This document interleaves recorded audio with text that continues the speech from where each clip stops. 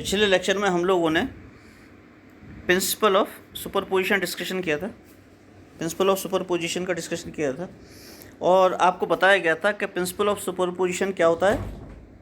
क्या अगर कोई एक वेव आ रही है और यहाँ पे कोई पार्टिकल रखा है पी, और इस वेव के कारण ये पार्टिकल डिस्टर्ब हो जाता है सपोज y1 एम्पलीट्यूड से, इसका डिस्प्लेसमेंट कितना हो जाता है y1 डिस्प्लेसमेंट हो जाता है। अब हम इस वेव को हटा देते हैं और हम क्या करते हैं, ये पार्टिकल के लिए p जो पार्टिकल है इस पर दूसरी वेव डालते हैं। कोई दूसरी वेव से सपोज इस पार्टिकल का डिस्प्लेसमेंट y2 हो जाता है, y2।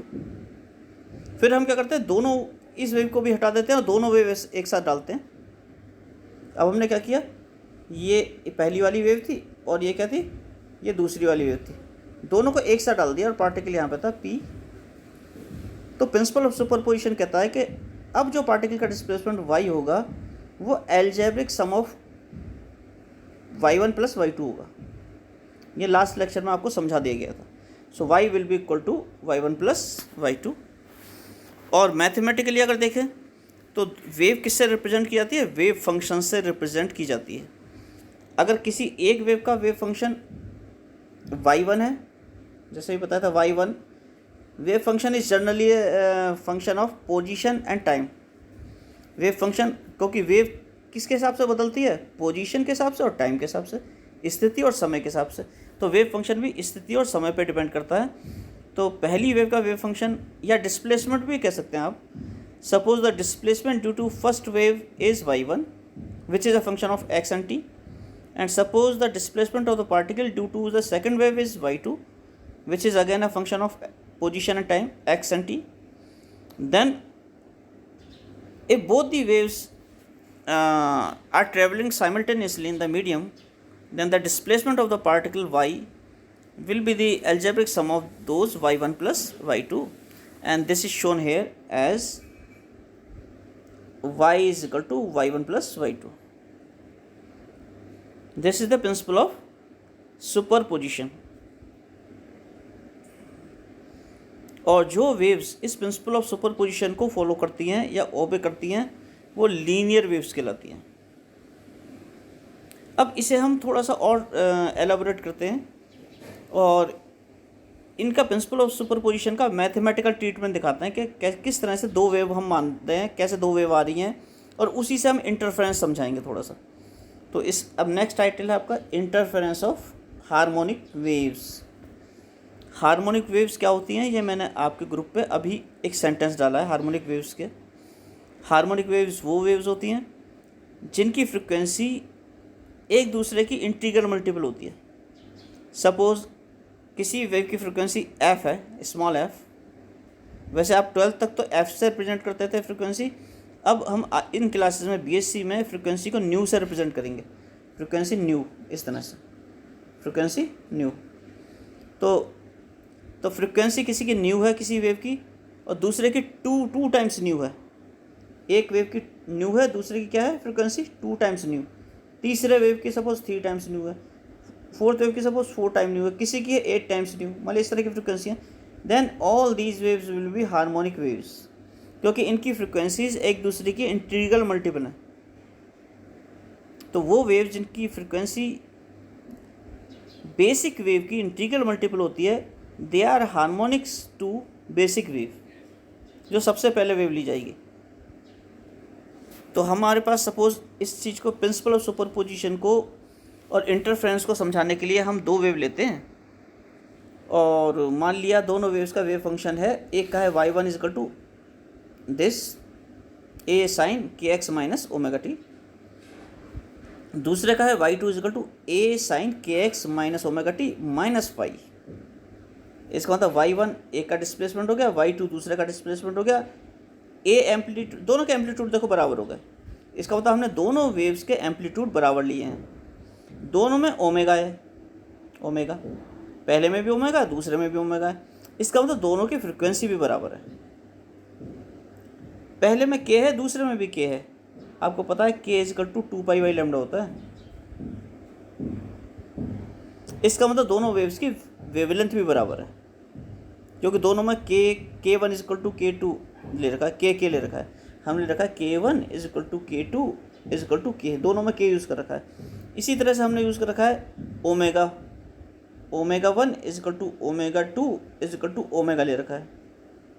तो फ्रिक्वेंसी बराबर है, वेवलेंथ बराबर है, A one is equal to A two is equal to A रखा है, एम्पलीट्यूड्स बराबर हैं, केवल डिफरेंस कहाँ आ रहा है फाई का, ये आ रहा है फाई का difference. This is known as phase difference, कलांतर, हिंदी में कलांतर कहते हैं, जो आपने कला पढ़ी थी, फेज माने कला, तो कलांतर। तो आगे बढ़ते हैं, नेक्स्ट पेज पे आते हैं।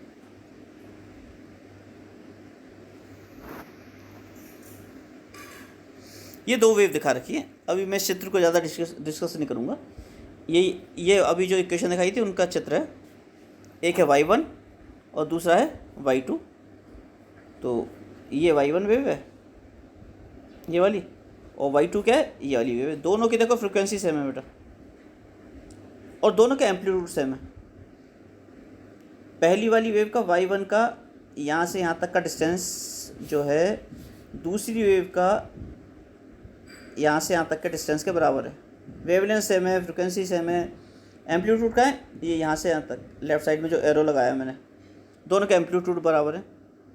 केवल क्या है, एक आगे एक पीछे है, यानी कि उनमें फेज़ डिफरेंस है, और फेज़ डिफरेंस हमें पता नहीं है। इसमें वैसे ही 60 डिग्री लिख दिया है, 60 डिग्री यहाँ पे, अभी आप 60 डिग्री को भूल जाइए। फेज़ डिफरेंस कितना है, फाई है। ये देखो, ये अगर हम y2 वाली वेव लें, ये 90 डिग्री है, ये 180 डिग्री है, ये 270 डिग्री है, 360 डिग्री है, यानी 2 पाई। ये हो गया π/2, ये हो गया पाई, ये हो गया 3 π/2, और ये हो गया 2 पाई। तो 2 पाई के बाद वेव का रिपीटिशन होता है, और फेज डिफरेंस कितना है देखो, 90 डिग्री से थोड़ा सा कम है। तो इन्होंने 60 डिग्री मेंशन कर रखा है, हमें नहीं पता कितना है ना, वैसे हम 5 मानते हैं। ये फेज डिफरेंस है यहाँ से यहाँ तक, कितना, 90 डिग्री से कम। ये है बेटा देखो फेज डिफरेंस यहाँ से यहाँ तक का। तो ये वाला, ये हम मान लेते हैं, ये डिफरेंस कितना है, 5। अब आगे बढ़ते हैं 5 फेज डिफरेंस से। हाँ, यहाँ एक चीज़ और मेंशन कर रखी है, यहाँ मेंशन कर रहा है t is equal to 5 divided by 360 into nu, delta is equal to 5 lambda divided by 360 degree. समझ गए, ये सब दे रखा है। तो आप कर सकते हो ये बड़े आराम से। जैसे टाइम पीरियड निकालना हो आपको, टाइम पीरियड क्या होता है, वेव का एक ऑसिलेशन का टाइम।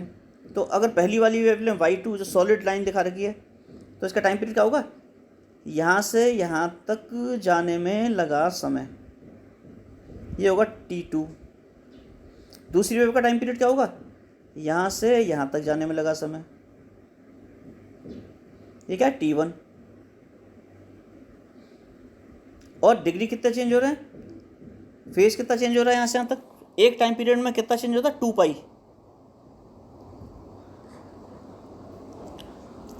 किसी भी वेव को ले लो तो एक टाइम पीरियड में 2 पाई चेंज हो रहा है। तो आप कर सकते हैं किसी भी कोई भी समय निकालना, तो आपका जो फेज डिफरेंस है, जिस टाइम पीरियड t किसे करस्पॉन्ड कर रहा है, 360 डिग्री को।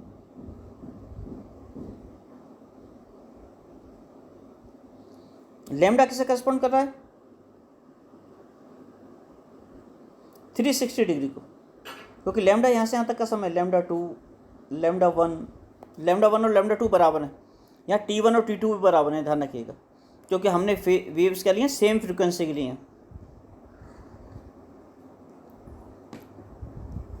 पाथ डिफरेंस क्या हो जाएगा,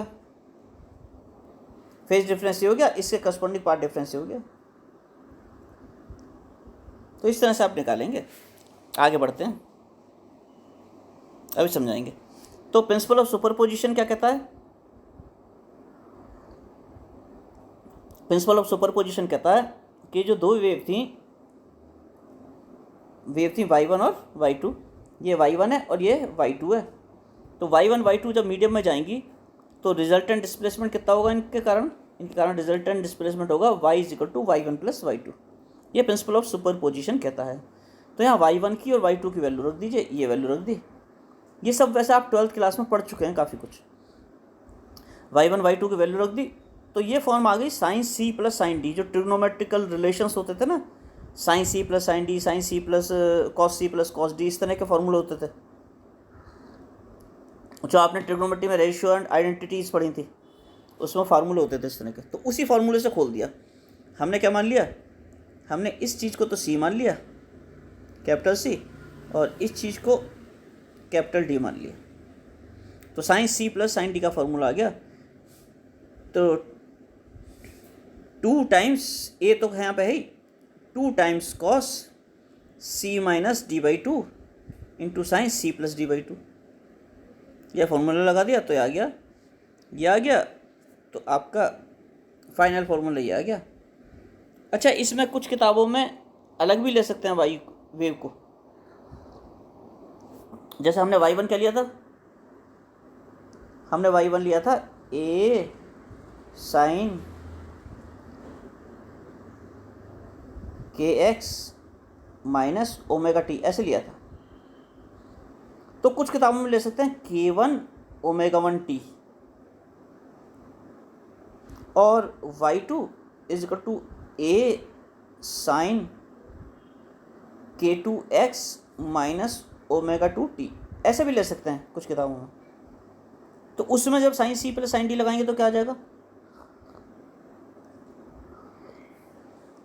उसमें जब sine C plus sine D लगाएंगे तो आपका ये जो ये यहाँ पे आ रहा है, ये आ रहा है ना के एक्स माइनस ओमेगा टी वाला फैक्टर जो आ रहा है, इसी जगह आएगा, के की जगह आएगा k1 plus k2 divided by 2, और ओमेगा के स्थान पे आएगा omega 1 plus omega 2 divided by 2। अगर इस तरह से लेंगे जो मैंने बताई थी, लेके आप करके देख लेना, ये आ जाएगा। तो दो वेव्स को जो कि बहुत स्लाइट फ्रीक्वेंसी में जिनका अंतर होता है, उनके लिए हम क्या ले लेंगे? उनके लिए हम ले लेंगे k1 approximate equal to k2 और इक्वल टू k, ऐसे मान लेंगे। इसी तरह से हम मान लेंगे ओमेगा 1 नीचे लिख रहा हूँ मैं, is approximately equal to omega 2, very close to each other. दोनों की फ्रिक्वेंसी क्या है? बहुत क्लोज हैं एक दूसरे के, इज इक्वल टू ओमेगा, ऐसा मान लेंगे। जब ऐसा मान लेंगे ये वाली उसमें, तो फिर फाइनली क्या आ जाएगा? ये आ जाएगा, ये आ जाएगा, या ये आ जाएगा, ये वाला पोर्शन आ जाएगा। ठीक है, यहाँ पे ये आ गया a0 इससे, क्योंकि ए नॉट को हमने 2a cos 5/2, ये 2a cos 5/2 को a नॉट मान लिया। हमने मान लिया ये 2a cos 5/2 टर्म आई है, ये क्या है? a नॉट, क्या कि कांस्टेंट है। अगर दो वेव्स में फेज डिफरेंस कांस्टेंट है तब, और दो वेव्स के इंटरफेरेंस करने के लिए फेज डिफरेंस कांस्टेंट होना चाहिए, ये कंडीशन है, वही कोहेरेंट वेव्स होती हैं। तो ये कांस्टेंट है, तो a0 ये आ जाएगा रिजल्टेंट। अब ये देखो एक चीज़ लिख रखी है, एक छोटी सी चीज़ मैं दिखाना चाहता हूँ। ये देखो एक ये लाइन लिख रखी है और एक ये लाइन लिख रखी है। ये कैसे आ गया? तो आपको मैंने अभी बताया था जो टाइम पीरियड t होता है वो किसे करस्पॉन्ड कर रहा था? वो 360 डिग्री को कर रहा था करस्पॉन्ड। जब 360 डिग्री पूरा हो रहा था, 360 डिग्री, तब एक टाइम पीरियड पूरा हो रहा था वेव का, ये आपको पता भी है। तो जो 360 डिग्री है, तो फाई अगर एंगल को लें तो टाइम टी क्या हो जाएगा? टी। अच्छा, अभी आगे समझा देंगे थोड़ा सा ना, अभी आपको कन्फ्यूज़न हो सकता है। अभी पहले एक टॉपिक को पूरा कर दें, मैं सोचा था यहीं समझा दूंगा, अभी इसके बाद नेक्स्ट उसमें समझाएंगे। इसे पहले पूरा कर देते हैं। तो आपका रिजल्टेंट क्या आ गया? ये आ गया, दो वेव्स का रिजल्टेंट आ गया। अब ये रिजल्टेंट आ गया, कौन सी वेव थी? आपकी y1 प्लस y1 और y2 थी। आपने लगाया था y is equal to y1 plus y2, ये लगाया था। तो y1 क्या थी? a sine K X minus omega T. y2 क्या थी? a sine K X minus omega T minus phi. तो y1 का फ्रिक्वेंसी कितनी थी? ओमेगा एंगुलर फ्रिक्वेंसी, y2 की एंगुलर फ्रिक्वेंसी कितनी थी, वो भी ओमेगा थी। तो अब इन दोनों का जो रिजल्टेंट आया y1 प्लस y2 का, इसकी फ्रिक्वेंसी कितनी है, इन दोनों का रिजल्टेंट ये आया, ये किसकी वैल्यू है, y1 प्लस y2 का रिजल्टेंट है, y1 plus y2 is equal to y। इसकी फ्रिक्वेंसी भी ओमेगा ही है, इसकी वेवलेंथ भी के मतलब के इज इक्वल टू 2π/λ होती है, इसकी वेवलेंथ भी वही है जो y1 और y2 के अलग अलग थी। तो दोनों वेव्स का रिजल्टेंट जो मिल रहा है उनकी फ्रिक्वेंसी सेम रहेगी इंडिविजुअल वेव्स के बराबर। हमने y1 की फ्रिक्वेंसी क्या ली थी, y1 की फ्रिक्वेंसी ली थी, एंगुलर फ्रिक्वेंसी मान लीजिए ओमेगा, y1 की फ्रिक्वेंसी ली थी ओमेगा, और y2 की भी क्या ली थी, ओमेगा, और y की फ्रिक्वेंसी कितनी आ गई, y की भी ओमेगा आ गई। इस इक्वेशन से देखो kx माइनस ओमेगा टी लिखा है ना, यहाँ फ्रिक्वेंसी वाली टर्म आती है तो ओमेगा ही आई, तो सेम फ्रिक्वेंसी होगी इनका रिजल्टेंट की भी। अब हम फाई मान लेते हैं, सपोज फाई जो था 0 डिग्री था, फाई क्या चीज़ थी, फेज डिफरेंस था। दोबारा से चित्र दिखा रहा हूँ मैं, ये था फेज डिफरेंस, किसमें, y1 और y2 में। ये सपोज 0 डिग्री है, जब फेज डिफरेंस 0 होगा, दोनों की फ्रिक्वेंसी सेम थी, दोनों का एम्पलीट्यूड सेम था, तो इसका मतलब क्या है कि ये y1 वेव भी यहीं से शुरू होगी, y2 से एग्जैक्टली ओवरलैपिंग करेंगी, तो y1 और y2 एक के ऊपर एक होंगी, बिल्कुल एक जैसी होंगी ऐसे, तो y1 भी वहीं होगी, y2 भी वहीं होगी। फाई 0 होने का मतलब ये है, तो फाई अगर 0 है, इफ द फाई इज 0, तो cos phi/2, phi is 0 cos phi/2 क्या हो जाएगा, cos 0, और cos 0 की वैल्यू 1 होती है। जब cos 0 की वैल्यू 1 हो जाएगी तो ये 1 हो जाएगा, और a0 is equal to 2a हो जाएगा, ये a0 is equal to 2a। a0 क्या था, a0 y1 और y2 का रिजल्टेंट का एम्पलीट्यूड था। इसका मतलब ये हुआ, अगर दोनों वेव्स के बीच में फेज डिफरेंस 0 है तो उनका रिजल्टेंट जो होगा उसका एम्पलीट्यूड दोनों के एम्पलीट्यूड के सम के बराबर हो जाएगा, a प्लस ए हो जाएगा। अगर y जैसा आपने लिया था, जैसा आपने लिया था, y1 का एम्पलीट्यूड क्या लिया था, a, y2 का क्या लिया था, a, और दोनों के बीच में फेज डिफरेंस कितना था, फेज डिफरेंस शॉर्ट में लिख रहा हूँ, फेज डिफरेंस फाई था। तो जो इनका रिजल्टेंट होगा y is equal to y1 plus y2,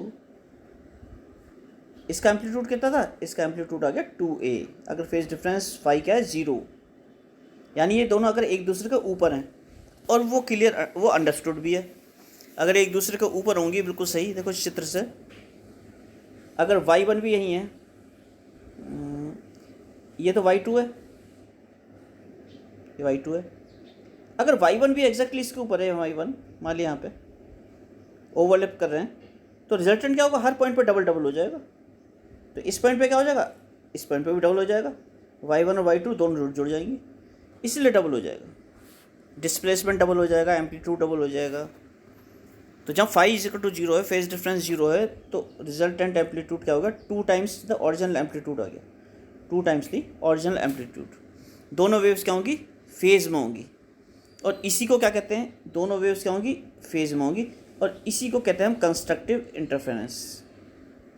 जब दो वेव्स फेज में होती हैं तो उनके एम्पलीट्यूड्स क्या होते हैं, जुड़ जाते हैं। कैसे, उनके एम्पलीट्यूड कैसे जुड़ते हैं, ट्रफ से ट्रफ जुड़ जाता है, क्रेस्ट से क्रेस्ट जुड़ जाता है, यानी उनका क्रेस्ट, दोनों के क्रेस्ट एक जगह पे आते हैं, दोनों के ट्रफ एक जगह पे आते हैं।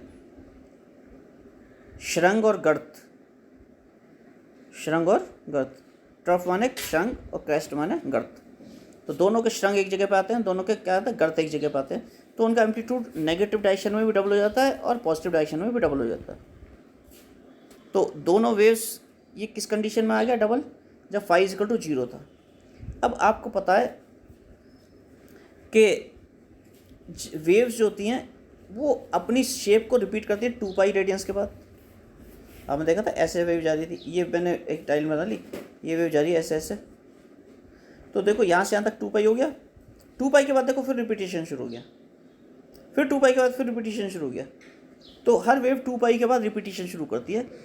इसका मतलब condition of interference her 2 pi radiance के बाद मिलेगा, सेम रहेगा कंस्ट्रक्टिव इंटरफेरेंस का। तो जो 2 पाई के बाद सेम रहेगा, तो नेक्स्ट पेज पे आ जाते हैं। तो कंस्ट्रक्टिव इंटरफेरेंस किसके लिए होगा, फेज डिफरेंस किस वैल्यू के लिए होगा, जब फेज डिफरेंस 0 होगा,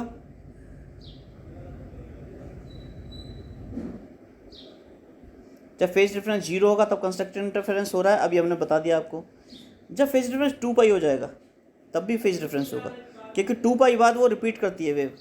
तो 2 पाई पे भी कंस्ट्रक्टिव इंटरफेरेंस होगा, 4 पाई पे, फिर 2 पाई बाद, फिर 2 पाई बाद, सब कंस्ट्रक्टिव इंटरफेरेंसेस होंगे। तो इसका मतलब फाई की 2m पाई वैल्यू के लिए क्या होगा, कंस्ट्रक्टिव इंटरफेरेंस होगा। अब फाई की हम दूसरी वैल्यू ले लेते हैं। सपोज हमने phi is equal to pi ले लिया, हमने ले लिया suppose phi is equal to पाई।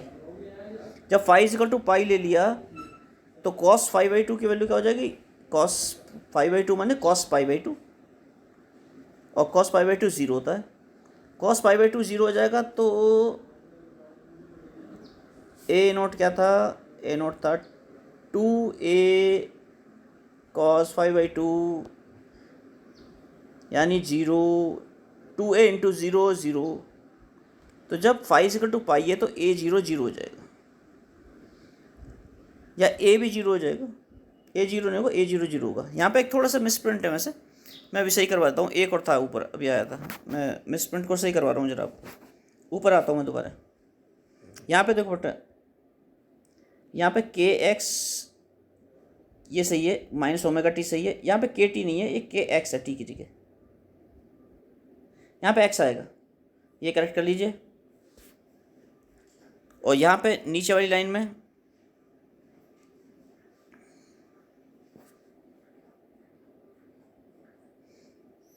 नीचे वाली लाइन में हो रही है, नीचे वाली लाइन में कहाँ था ये, फाई कहाँ लिया था, पाई पाई पाई पाई पाई, ये रहा।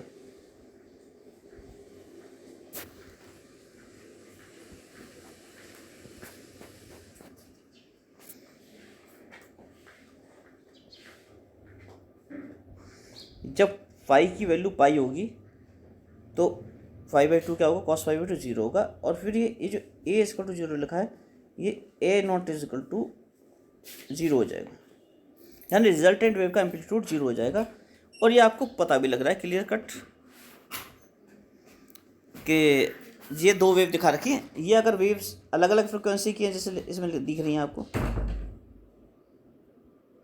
ये दोनों वेव्स अलग अलग फ्रिक्वेंसी की हैं, यानी कि इनका कुछ पता नहीं, कभी किसी का मैक्सिमम कहीं आएगा, किसी का मिनिमम कहीं आएगा, फिर बदल जाएगी पोजीशन, हर एक चीज़ की मैक्सिमम मिनिमा की पोजीशन बदलती रहेगी एक दूसरे के रेस्पेक्ट में।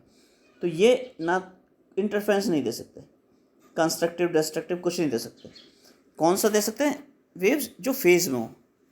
ये पहली 2 वेव दिखा रखी हैं, ये देखो दोनों के मैक्सिमा एक जगह पे आ रहे हैं, दोनों के यानी दोनों के क्रेस्ट एक जगह पे आ रहे हैं, दोनों के ट्रफ एक जगह पे आ रहे हैं और क्रेस्ट एक जगह पे आ रहे हैं। ऐसी मैक्सिमा और मिनिमा, मैक्सिमा और मिनिमा, मैक्सिमा सब एक जगह पे आ रहे हैं सेम पोजीशन पे। सो these 2 wave will produce constructive interference। अब इन वेव को देखो, क्रेस्ट ट्रफ,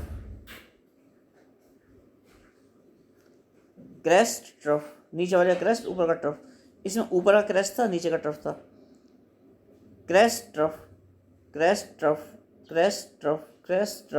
ट्रफ ये एक जगह पे आ रहे हैं, यानी इसमें सी और टी एक पोजीशन पे आ रहे हैं। इसमें क्या रहता, पहली वाली में इसमें सी एक पोजीशन पे आ रहे थे और टी एक पोजीशन पे आ रहे थे, लेकिन इसमें क्या है, सी और टी एक पोजीशन पे आ रहे हैं। ये डिस्ट्रक्टिव इंटरफेरेंस प्रोड्यूस करेंगी। तो डिस्ट्रक्टिव इंटरफेरेंस प्रोड्यूस करने के लिए क्या कंडीशन थी, ये देखो, ये दोनों करेंगी और इनमें फेज डिफरेंस कितना है, पाई का है। जैसे मान लिया आप इस वेव को बना लो, ये इस वेव का बना लो, कैसे निकालोगे पाई का? इसे एक दूसरे के प्लॉट कर दो। पहले हम नीचे वाली को ऊपर ही प्लॉट कर देते हैं, यहाँ पे प्लॉट कर देते हैं, ऐसे ऐसे ही है, इस तरह से कुछ है नीचे। तो देखो कितना डिफरेंस है पाई का। कैसे पता लगा पाई का? क्योंकि इसकी ये जो पोजीशन है ये इनिशियल पोजीशन और इसकी इनिशियल पोजीशन मैं दोबारा बनाता हूँ, मैं अलग से ड्रॉ कर देता हूँ ना आपके लिए। मतलब एक वेव थी, ये मैं एनलार्ज करके ड्रॉ कर रहा हूँ। एक वेव ये थी ये, और दूसरी वेव क्या है, नीचे है ऐसे, यहाँ से शुरू हो रही है ये। तो देखो इसकी क्रेस्ट की पोजीशन, इसकी क्रेस्ट की पोजीशन है, इसकी क्रेस्ट की पोजीशन ये है। कहाँ पे है? ये 0 है, ये π/2 है, ये क्या है, ये क्या है पाई, ये 3π/2 पोजीशन है, और ये क्या है 2π, ऐसे। तो दोनों की सेम पोजीशन है। इसकी जो π/2 पे पोजीशन है, इसकी कितनी पे, 3π/2 पे। तो कितना डिफरेंस है क्या π/2 और 3π/2 में? पाई का डिफरेंस हो गया। यानी फेज डिफरेंस कितना है ना, पाई। तो आगे बढ़ते हैं। ये डिस्ट्रक्टिव इंटरफेरेंस की कंडीशन होती है। तो डिस्ट्रक्टिव इंटरफेरेंस के लिए फाई कितना होना चाहिए, पाई। फिर वेव्स क्या है, 2π बाद रिपीट करती है। तो पाई पे जो कंडीशन आएगी वही 3π पे आएगी, क्योंकि पाई प्लस 2π। फिर 3π पे जो कंडीशन आएगी वही 3π प्लस 2π पे, यानी 5π पे आएगी, इस तरह से। तो कंस्ट्रक्टिव और डिस्ट्रक्टिव इंटरफेरेंस की कंडीशन रिपीट होंगी, पाई, 3π, 5π, जिन्हें हम लिख सकते हैं ट्रिग्नोमेट्रिकली 2m + 1π। तो 2m + 1π जो फेज डिफरेंस होगा वो डिस्ट्रक्टिव इंटरफेरेंस के लिए रेस्पॉन्सिबल होगा।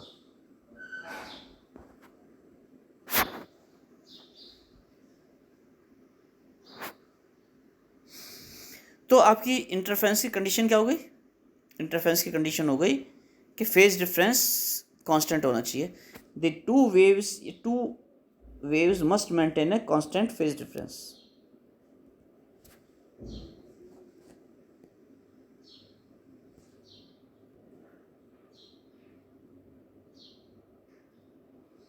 ये लिखा था, ever condition implies that the overlapping waves should have the same frequency होनी चाहिए, और फेज डिफरेंस क्या होना चाहिए, कांस्टेंट होना चाहिए। और इससे ऊपर भी लिखा है, the first and the foremost condition is that the waves must maintain a constant phase difference over A considerable time, that is the time of observation. ये आप छोड़ दीजिएगा टाइम ऑफ ऑब्जर्वेशन, कि दोनों वेव्स में क्या कांस्टेंट फेज डिफरेंस होना चाहिए और दोनों की फ्रिक्वेंसी क्या होनी चाहिए, सेम होनी चाहिए। तब आपको कंडीशन ऑफ इंटरफेरेंस मिल जाएगी, कंस्ट्रक्टिव और डिस्ट्रक्टिव इंटरफेरेंस मिल जाएंगे। और इन्हीं वेव्स को क्या कहते हैं, कोहेरेंट वेव्स कहते हैं। जो इंटरफेरेंस किसके कारण होता है, कोहेरेंट वेव्स के कारण, जो क्या होती हैं, जिनका फेज डिफरेंस क्या होता है, कांस्टेंट होता है। एम्पलीट्यूड स्लाइटली अगर डिफरेंट भी है ना, तो जैसे एम्पलीट्यूड मान लो एक का एम्पलीट्यूड ये है और दूसरी वेव जो है उसकी फ्रिक्वेंसी तो सेम है, फेज डिफरेंस कांस्टेंट भी है, लेकिन उसका एम्पलीट्यूड सपोज कम है। उसका एम्पलीट्यूड मान लिया ऐसे है, सपोज थोड़ा कम है, ये एग्जैक्ट ड्रॉ नहीं हो पा रही यहाँ पे, दोबारा बनाता हूँ।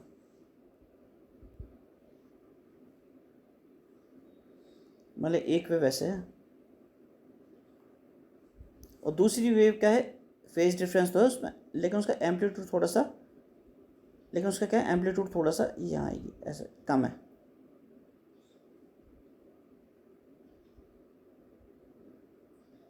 इस तरह से फ्रिक्वेंसी सेम है। ये मैं डबल लाइन खींच रही, डबल मत मानना, सिंगल है लाइन है, मैं सही शेप लाने के लिए बार बार खींच रहा हूँ इसे।